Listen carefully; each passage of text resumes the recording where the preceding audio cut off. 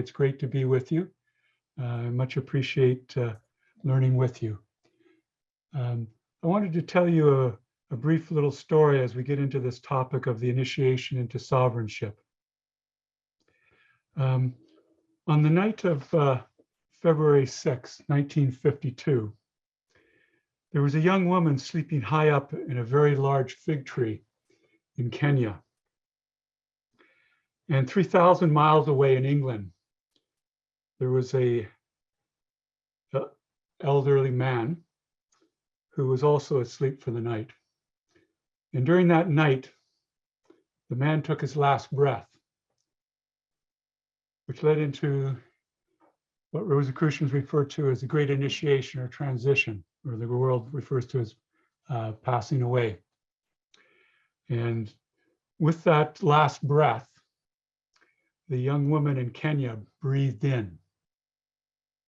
And in that act, the sovereignship was passed from the man to the woman.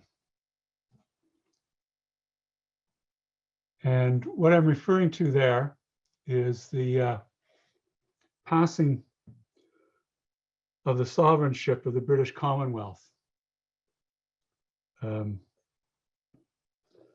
King George VI to Elizabeth II.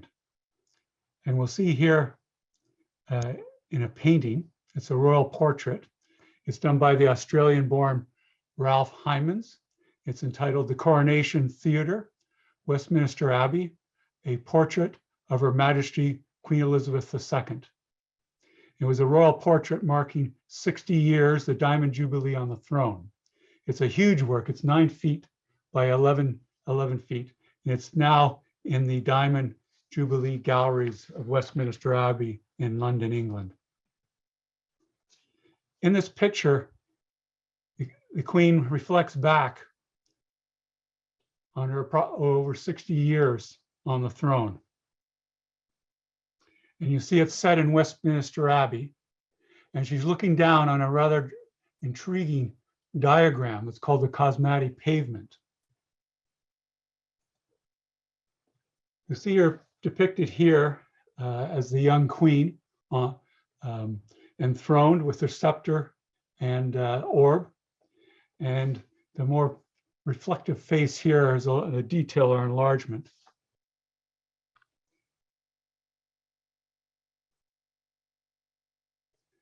Now, the tradition that was set for the queen or the sovereign is one that's very profound. And I want to have you think not so much of the historical figure here, but think of yourself in this place and the concept of being a sovereign symbolically. You know, in a larger perspective, Elizabeth II had much of her standard and her way of being a sovereign in many respects set by Elizabeth I here. Elizabeth I was guided by various Rosicrucian advisors, such as the traditional Rosicrucian magus depicted here, Dr. John Dee. And we'll see associated here the rose with her reign and their associated rulers. Now, the diagram that she's seated on there is actually one that I'll tell you a little bit more, or standing on there, I'll tell you a little bit more of that she's reflecting back on. And in our own lives, reflection and contemplation is very, very important to reflect on a daily basis, but also over the course of our life. The diagram that she's looking down on ties in very much with the presentation we did last week on the microcosms. You see before us a great microcosm. This cosmatesque pavement is in front of the high altar in Westminster Abbey. It's in what's called opus sectile work, meaning cut work. And it dates from 1268. The craftspersons were from Rome, led by Odoricus, their master.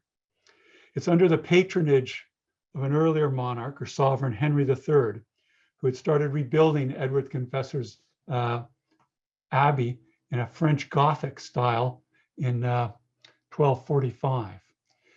We know by an inscription in Latin that's, we can work out some parts of it are still extant, that this was the prima mobile here at the center, or the world. And this is it refers to, it's reflecting the macrocosm. So they're explicitly giving us their intention in this work.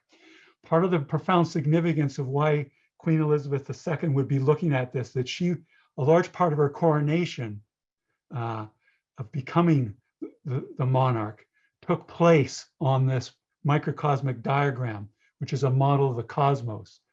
Traditionally, the king or the queen was an adept king in the tradition of mysticism, particularly in Martinism. This is talked about, that a descendant of the gods ruling by divine right.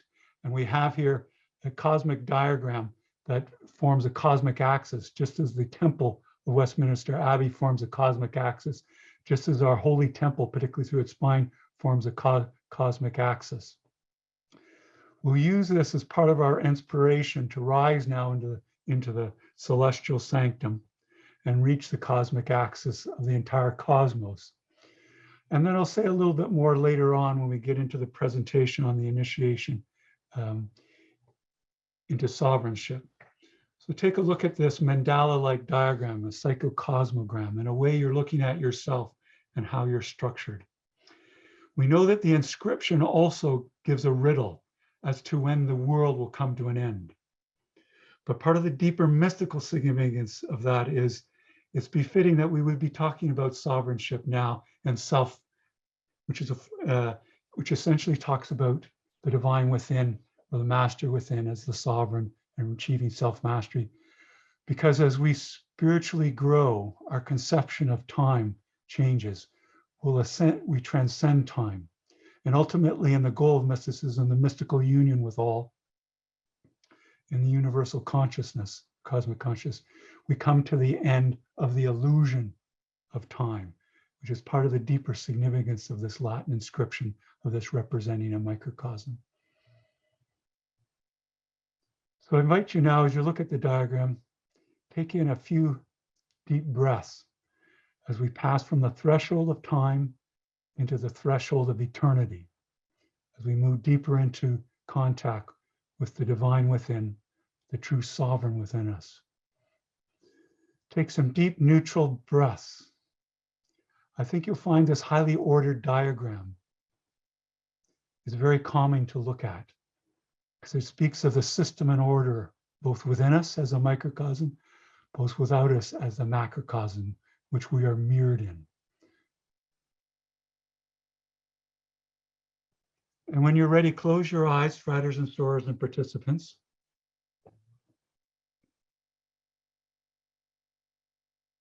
And continue to take deep neutral breaths.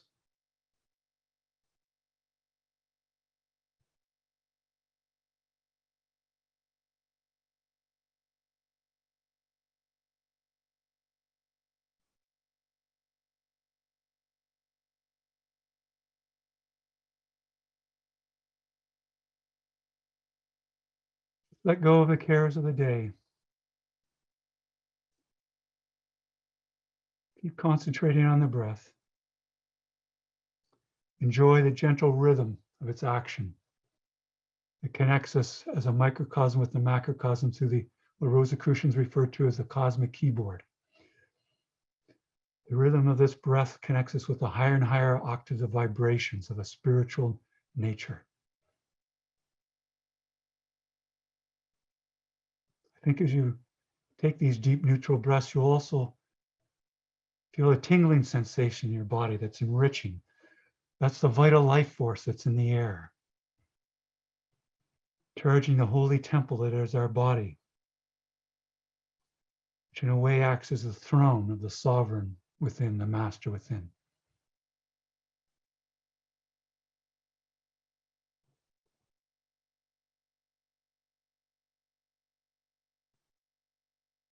Now we'll ascend up now to the heights of the celestial sanctum. In your mind, rise up from the room where you are now, up over the house or dwelling where you are, and even up over your neighborhood, and now up over the city or town or geographic area. Go faster and faster and enjoy the exhilaration of the ascent, Now looking down on the province or state where you live. See the weather systems and see the beautiful sun that you come into as you've risen above any clouds. See the weather systems below, landforms such as the mountains or deserts or hills, rivers. Take in the beauty and system and order of your state or province as you rise up now and take in your entire country or nation. And continue to enjoy the exhilaration of the ascent and see the continent where you dwell. And even now the hemisphere. And keep rising faster and faster. And see the beautiful blue jewel of the earth revolving about its axis.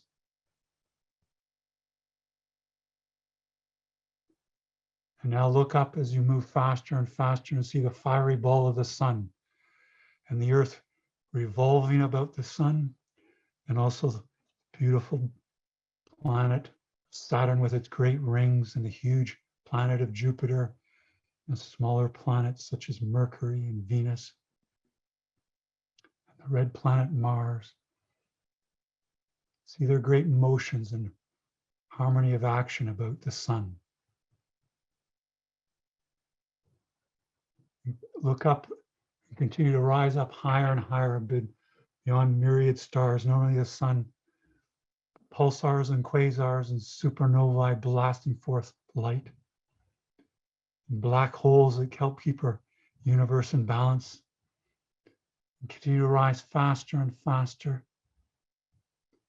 See all the rich colors and nebulae as we transcend space and time. Travel faster and faster and extend your senses way beyond the 5 physical senses we used to use, but take in the full range of vibrations that are in the cosmic keyboard to experience the universe anew as its waves and seas of vibrations. And continue faster and faster and sense the great spiraling arms of the Milky Way galaxy, our super home, and sense how it's revolving about a great axis.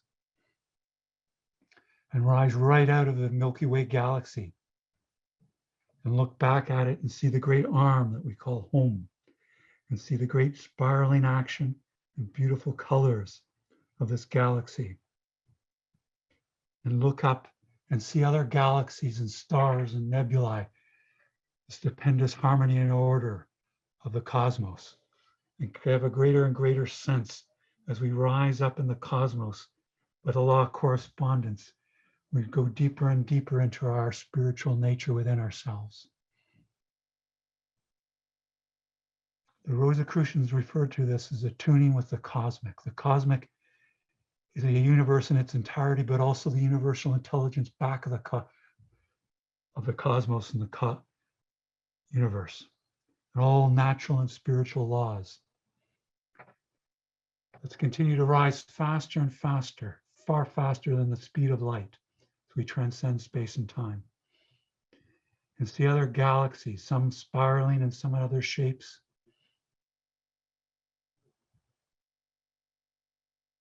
And now take in what astrophysicists and astronomers call superclusters of galaxies, great collections of galaxies, even more vaster objects in individual galaxies. And see many superclusters of galaxies as we travel faster and faster. Use great inward spiritual energy and force to do this.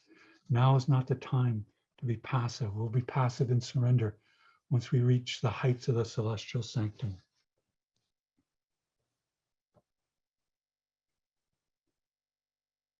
And now start to take in not only superclusters of galaxies, but many superclusters of galaxies at once. And indeed the entirety of the universe. And sense the great revolving action of the universe about a cosmic axis, the universe mystics and ancient philosophers have spoken of. And sense the great revolving action, just like the earth revolves about its axis. And the earth revolves about the sun in the solar system. And our Milky Way galaxy revolves about its center.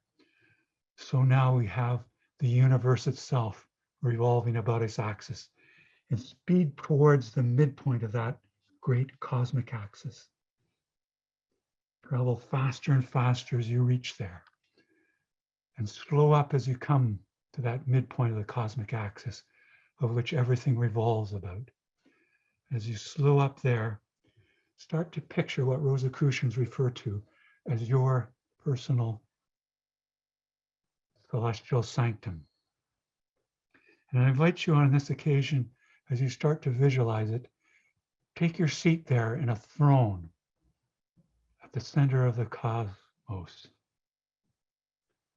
In a way, you're at the throne, at the center of the temple of the divine, temple of God, which is the universe. And in this great throne, visualize your celestial sanctum. Maybe the great temple of Westminster Abbey, with a cosmatic pavement below you, or maybe some sacred place in nature, or maybe simply your view, the great icon of the cosmos about you, or maybe a temple such as the Grand Lodge's temple of the Rosicrucian Order in San Jose, California at Rosicrucian Park, or maybe a cathedral or church, or gurdwara, or synagogue, or stupa, or some other sacred place for you. Fill it in with all the sights and sounds and all the senses. You wish to sense the smell of incense rising up and transmuting from the physical into the immaterial. You may have stained glass windows conveying various mystical laws and principles. Sense other fratres and sorors participants at this workshop there with you, the heights of the celestial sanctum, and others of like mind. You may wish to picture some mystical ceremony going on there, for example, by the Imperator and Grand Masters of our order. Just continue to fill it this inspiring image, which gives you a sense of exhilaration, just like the great ascent to the heights of the celestial sanctum brought within us. And as you breathe, feel also the purifying enrichment of the vital life force at the center of the cosmos, at the center of your being, at the great throne of the sovereign within.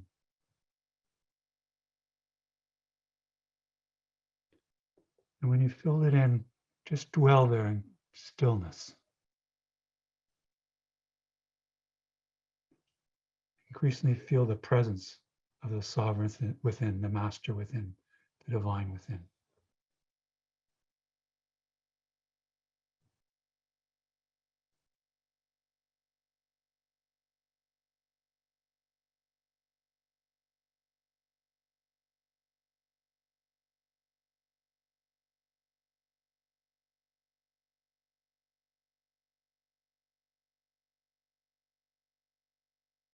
As you dwell in this deep stillness, I think you'll start to experience what Rosicrucians refer to as peace profound, the most profound sense of peace that one can have.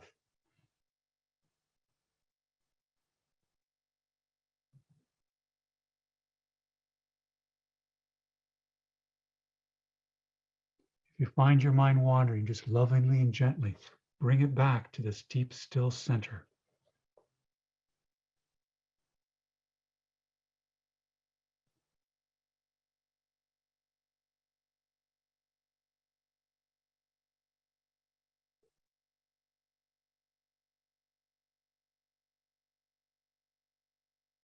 To feel whatever there is to feel.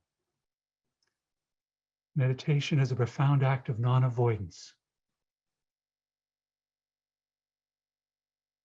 In this act of non-avoidance, we face what we need to face and don't give energy to things that we're trying to ignore in our lives.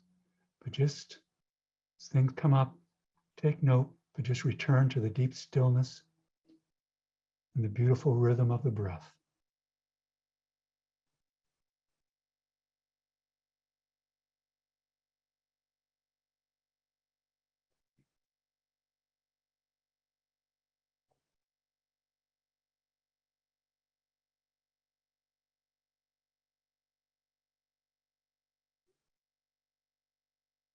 Brothers and sisters, at this place of the great throne of the sovereign of the God within, let us undertake some more spiritual operations of the work and worship of the Rosicrucian Order Amorc.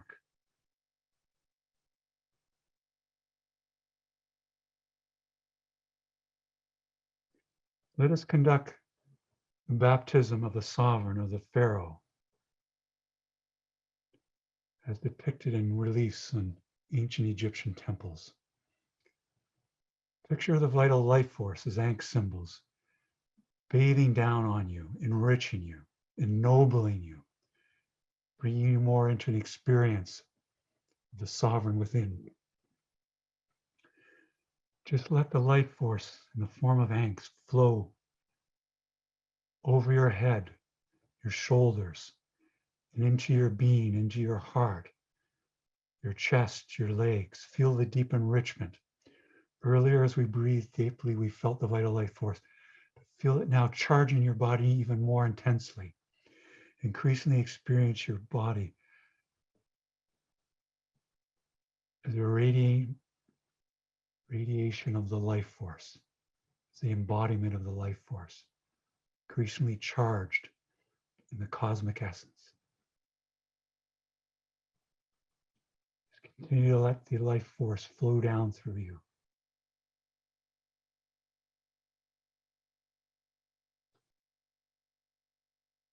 Let it repair, rejuvenate, and regenerate us.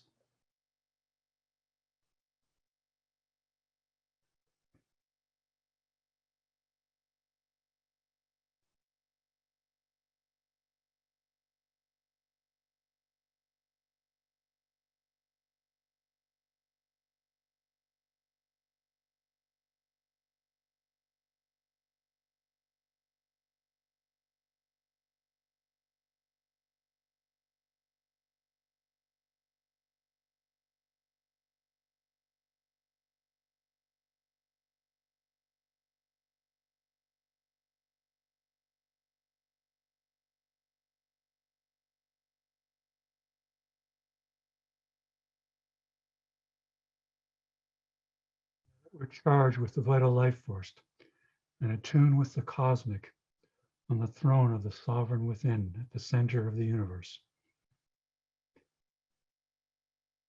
Let us undertake another spiritual operation, the radiating of love and well-being to all those that the sovereign oversees and guides. Rosicrucians refer to this as radiating love and well-being of metaphysical aid.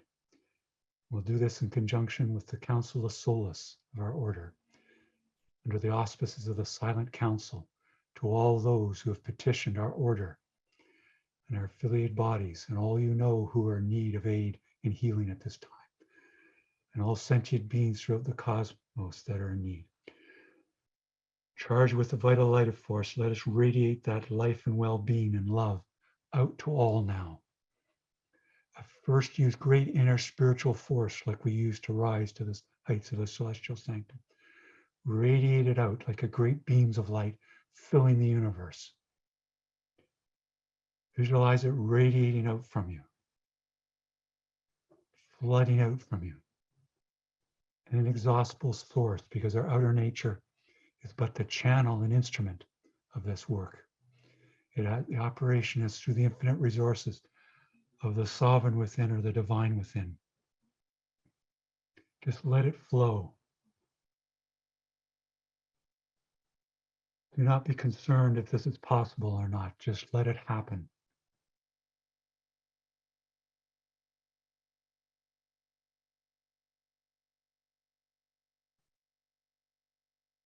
I think you'll find at a certain point too that the radiations will speed up and become easier, and you'll have a deep sense that you're reaching those in need.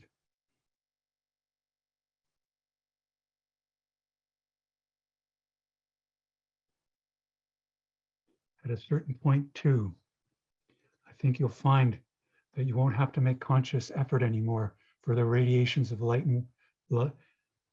life, and well-being and love to radiate out from you. They'll continue without conscious effort. And when that happens, just continue to dwell in peace profound at the heights of the celestial sanctum.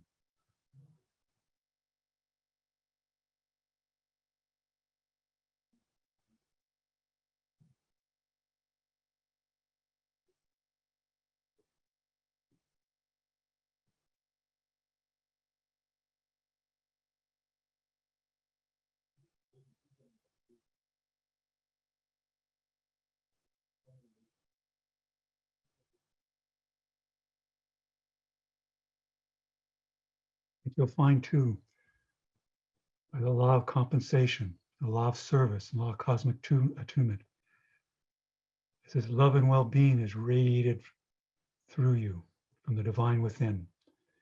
You'll find that you are healed as well, repaired and remade. Not that this was intended, but as you've given, so you shall receive. Just let it unfold. Continue to dwell deeply within and let the experience happen on all levels of your being.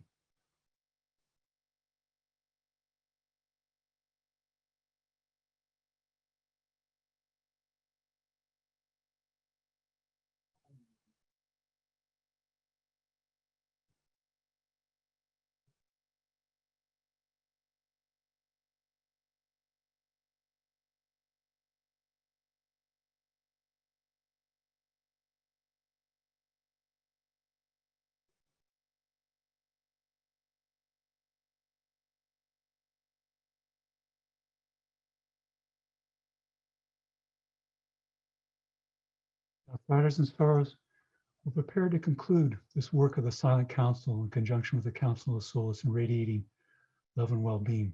But we'll be assured that it'll continue always from us in their spirit of service and as a way of life, part of the inner work of the sovereign within us.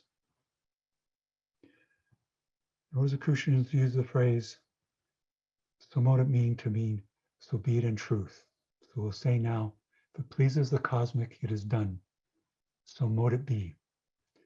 And let us continue a while longer at the heights of the celestial sanctum before we make our great descent.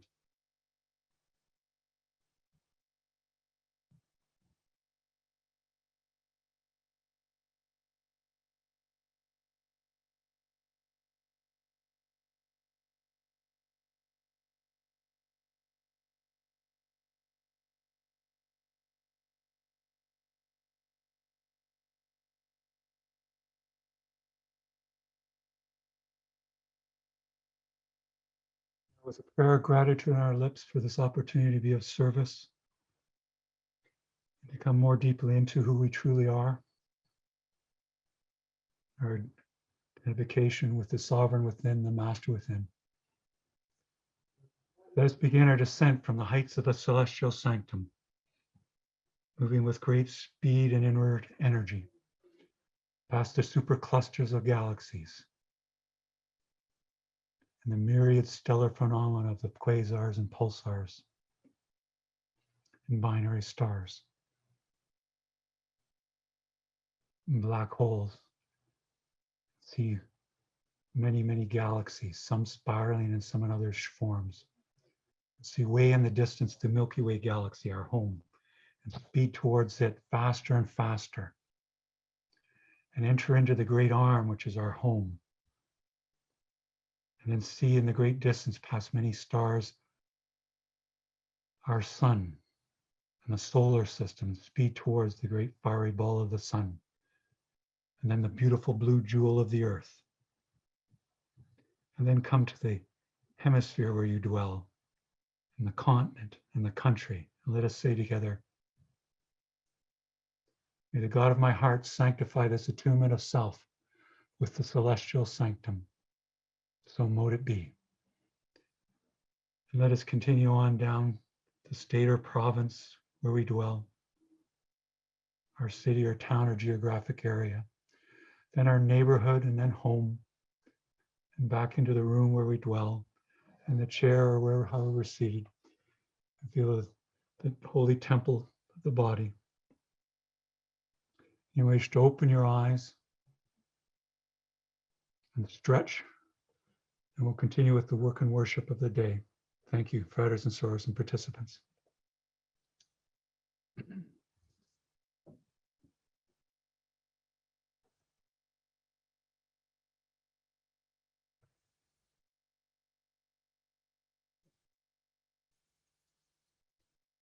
Now, as we continue on the initiation into sovereignship, our topic today, the sovereign has many forms, such as the Queen and Pharaoh, and it's deeply attractive to the aspirant in humanity as it represents a divine archetype by which our outer self, our inner self, our master within, are united. Here we see depicted for us is an Oni head from 12th or 15th century. It's in the National Museum of Ife in Nigeria. It's one of the many artistic masterpieces of the Yoruba people of Nigeria. So from the superb lost wax casting in bronze and similar metals. The green coloration is from color reaction over time, and originally would have been a shining bronze. But we see here a wonderful articulation, the headpiece and superb sculpting of the human head, and another depiction of it straight on here. We find that in association with these Nigerian people, that the outer head suggests the inner spiritual head, that sense of divine guidance we have through the master within. And we see the great nobility here of a royal figure from ancient times that is suggestive of the divinity within ourselves. We find that even in modern kingship, there's these concepts of the descending, that the king descends from the God king or the God sovereign or the adept sovereign, as spoken of in mystical traditions. And the sovereign's duty is to guide humanity and work for their common welfare. This is fundamentally theocracy. That is, in its most deepest spiritual form, guidance of society by wisdom. And if each of us awakens to the sovereign within, we can act with wisdom and help guide our societies, not by any one figure as done in the past, but by the divine sovereign that's within us. That's part of the great evolution of humanity. And there's spoken of the great utopias over time, and even the Rosicrucian utopia. You know, also on this concept of the ancient kingship and sovereignship, we see here, for example, the Pharaoh Ptolemy VI coronation by Nekbek, the goddess of Upper Egypt, and the Wadjet, the goddess of Lower Egypt. You see their respective headdresses come as they crown the Pharaoh. This is in the outer hypostyle hall of the Temple of Heros and Sobek. Sobek is here, crocodile god helping guide the ceremony, the symbol of Ankh in his hand. It's at Kam Ambo in ancient Egypt.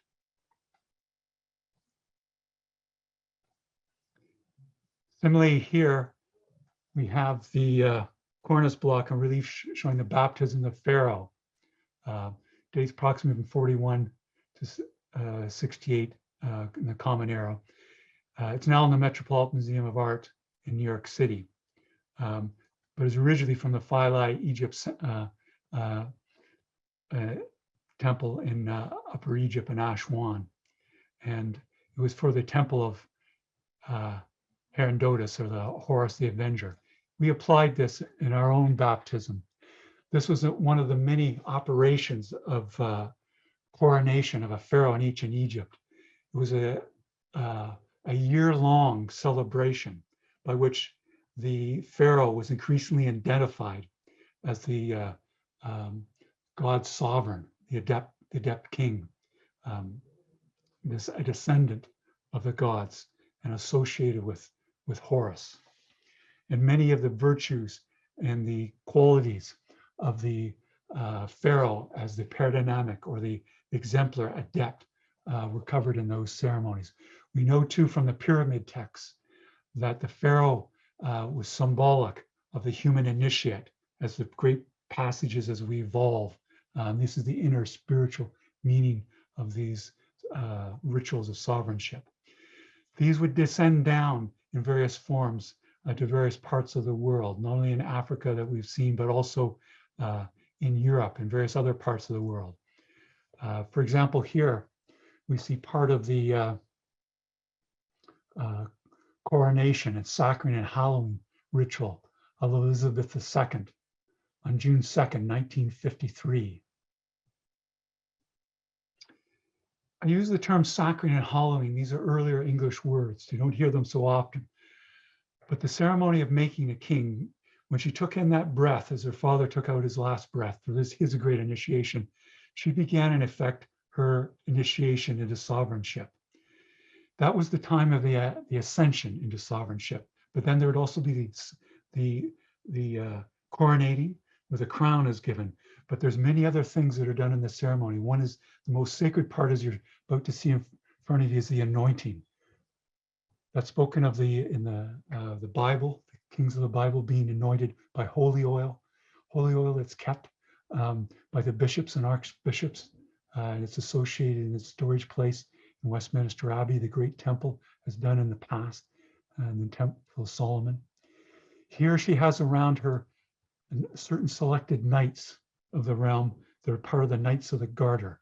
We know the traditional Rosicrucian Elias Ashmole wrote a history of the Knights of the Garter. This ceremony was televised, but this part, the Queen especially instructed the cameras to be turned away. It was deemed too sacred an act to be filmed and broadcast. So we just see beginning stages. The archbishop and the bishops would then bring forward the holy oil, which she would be anointed on her body, including on the chest and on the forehead.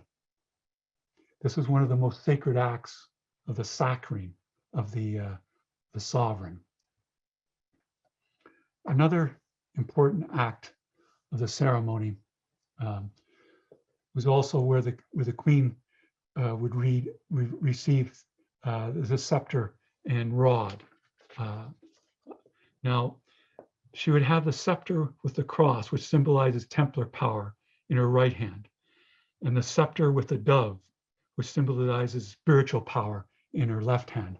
And here with the dove, we have the sense of the symbolism of the Holy Spirit descending into us, or in the sense of the divine consciousness being awakened within us. The beautiful symbolism of the Bible and the spiritual Christian tradition associated, for example, the Master Yeshua at the time of the baptism.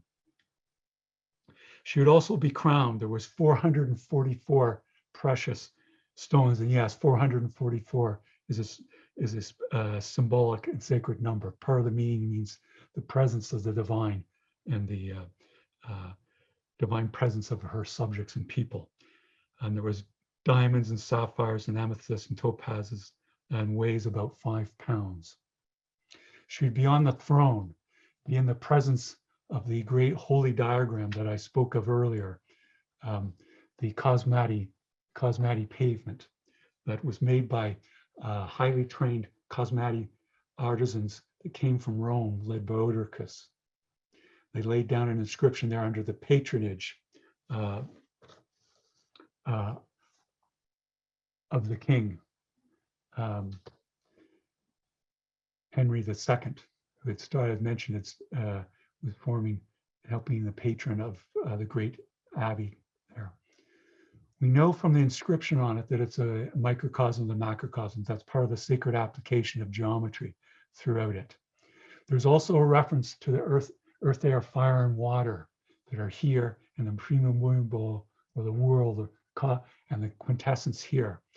We recall the various geometric shapes of the Platonic solids, where the coronation of the sovereign would take place. The octahedron for air, the hexahedron or the cube for earth, the tetrahedron for fire, the dodecahedron, the quintessence, the control cases, all these, and of course the isosahedron for water.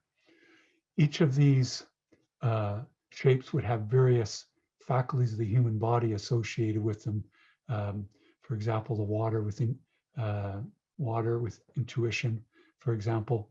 And there's, in terms of the diagram for for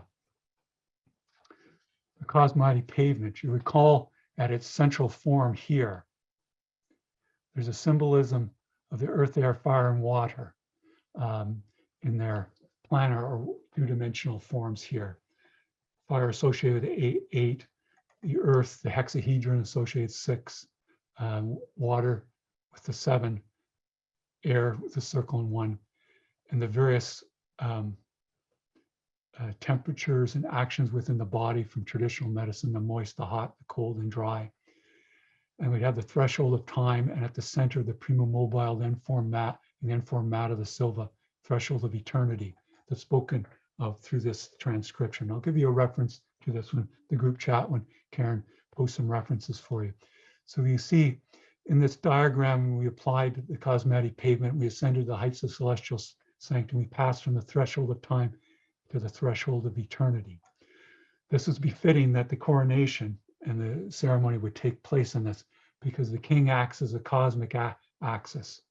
The king's holy temple, the body, just as our own, is a microcosm, but then it's associated through the spine with the cosmic axis, of which this would rise out from this diagram. The temple itself, we know, was dedicated as the heavenly Jerusalem and as a great mountain spoken of in the book of Revelation, where St. John had his vision. There again, it's a great axis rising up, as we did with our meditation exercise. Also, an important part of making a sovereign. Now, keep in mind that, yes, we're looking at a historical figure, but I said earlier, think of yourself as the sovereign, particularly in your inner nature, your true nature. And this is like a drama that's taking place within yourself. You'll note that there's various knights of the realm that are here. An important part of being a sovereign is being a warrior and being a knight. And traditionally would also be a holy person or a priest. And that's why there's certain healing and divine powers associated with the sovereign. Now,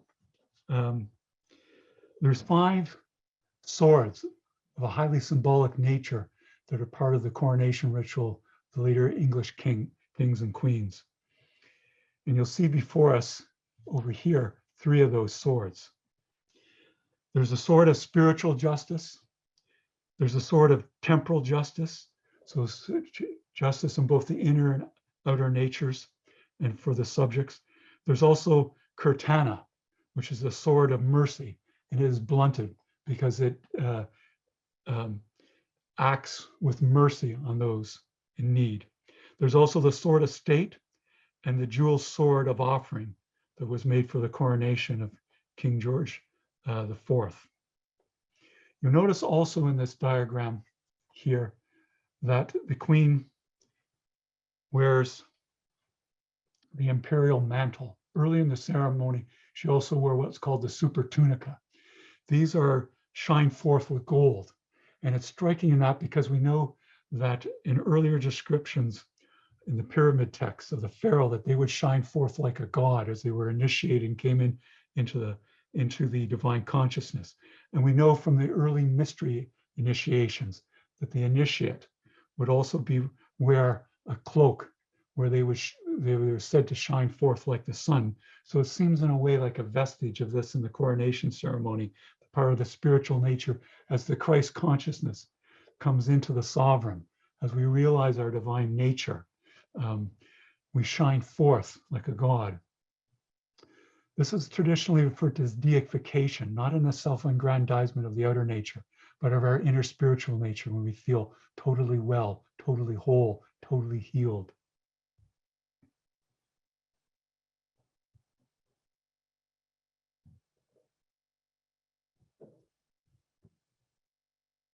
Now, the concept of the sovereign, I've emphasized it as part of our spiritual progress. It's also one that's maybe helpful to understand in terms it's been associated with various avatars, which we identify with the master within ourselves, the divine within ourselves. Here we see a frame picture, it dates from around the year 1500. It's oil on walnut panel.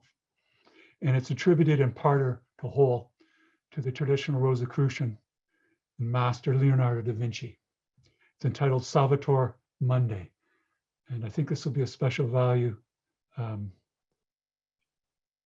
in gazing upon to Clara and to Nat and to all of you. And let's zoom in more closely on this work. You notice here that the Yeshua, the Christ, holds up his hand in benediction. The right hand where the life force flows out for those who are dominated by the right hand. And he holds the orb like the sovereign did and Queen Elizabeth II did to show like the dominion over the world, but is in the sense of the divine's understanding of the world.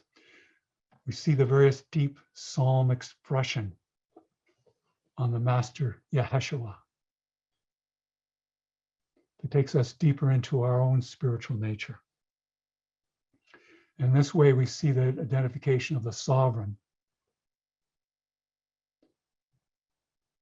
with the avatar and the divine within ourselves. Just to look upon this work and these ceremonies helps raise and attune us with the Christ consciousness, the divine consciousness, the consciousness of the sovereign within.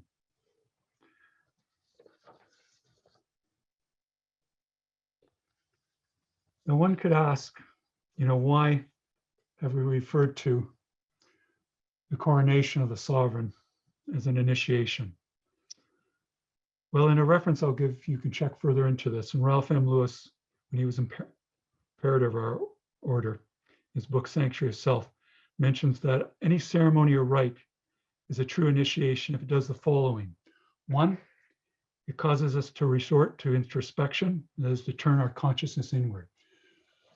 Well, the rite of coronation, the sacring and hallowing, does that for the Queen Elizabeth II. And she was even given a document by the Archbishop of Canterbury to prepare months ahead for her to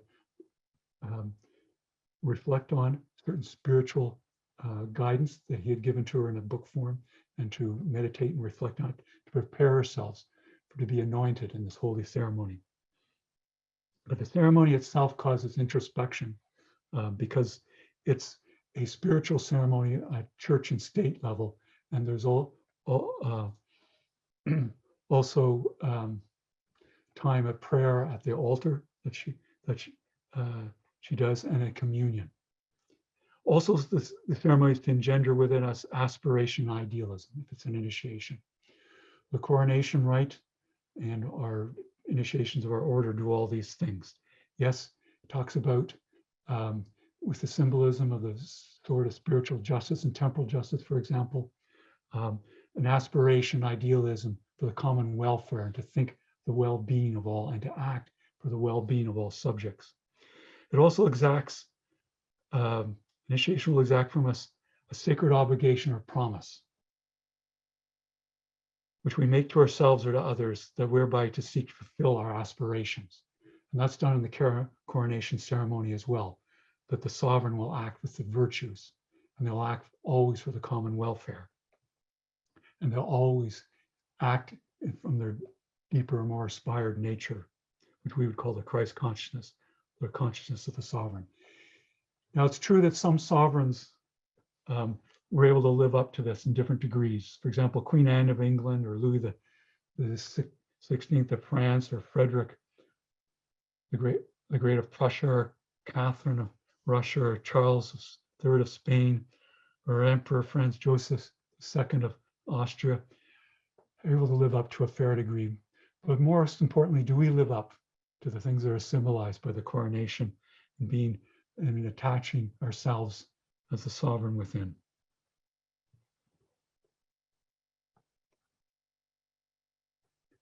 So way by conclusion, I'll mention again that the sovereign has many forms, such as the Queen or Pharaoh, and is deeply attractive to us as aspirants and humanity in general, because it represents a divine archetype by which our inner and outer natures are united and assist us in achieving that. We can always be on lookout for symbols and actions in the world that will help us to fulfill this divine evolution within us. And while humanity's forms of governance evolve and become spiritualized by the guidance of wisdom, The inner interpretation of the sovereign remains a key for the regeneration of humanity and nature. The coronation, the sacring, and the hallowing ritual of the sovereign is an initiatory drama that encompasses all these features for our maturation. So today we've explored how the concept of the sovereign and its deeper appreciation of the master within in knighthood for our mystical evolvement and increased capacity for service. Thank you. I'll ask now that Sora Karen puts into the group chat the resources for you if you wish to explore them further. And I'll ask her if to open up and enable the group chat, and also allow you to unmute if there's any comments or questions you have. We can do that for a few minutes till 1:30. And thank you so much for being with us. I much appreciate your presence and all the efforts and sacrifices you're taking to fill your missions in life and to attune with the divine within, the master within, the sovereign within.